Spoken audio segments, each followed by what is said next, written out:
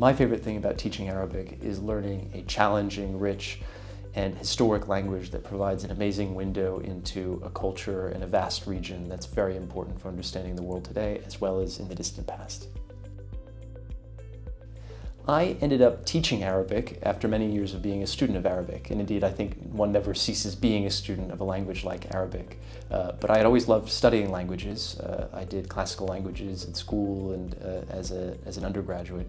And gradually my interests in history and culture went earlier, and gradually they went south and then east into the Middle East, and that's how I first came into contact with Arabic. We do not expect students to have any knowledge of Arabic before applying to Oxford. One of the virtues of our program is that we are open to a wide array of academic backgrounds and indeed linguistic backgrounds. So we do like to see applicants who have prior knowledge of a foreign language. It's not absolutely necessary, but from our point of view, it's nice to see that someone has enjoyed studying a different language, has the facilities to do so, but we don't require it. Students who study Arabic at home are usually considered on a case-by-case basis. If a student is willing to go back to basics and is willing to, say, convert a knowledge of colloquial Arabic into a knowledge of modern standard or classical Arabic, then there is potentially scope to work with students like that.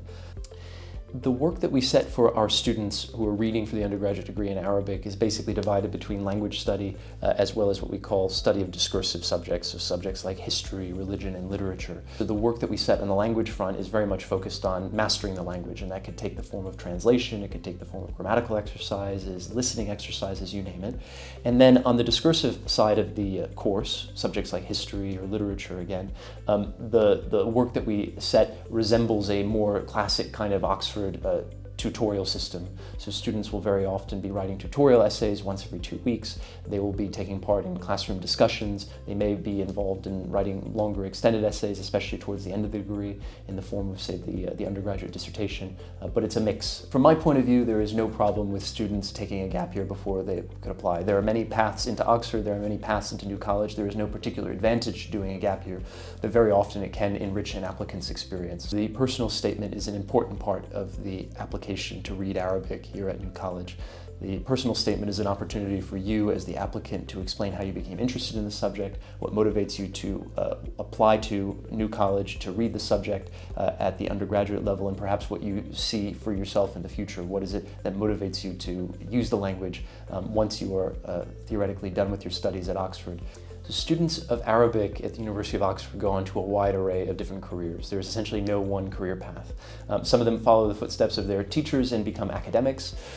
Many of them go into completely unacademic careers. I think what unifies this wide range of career paths is that many of them deal with the Middle East in one way or another. So many of our graduates do use their knowledge of Arabic, their knowledge of the Middle East and adjacent regions in careers in journalism, in government service, working for corporations, you name it.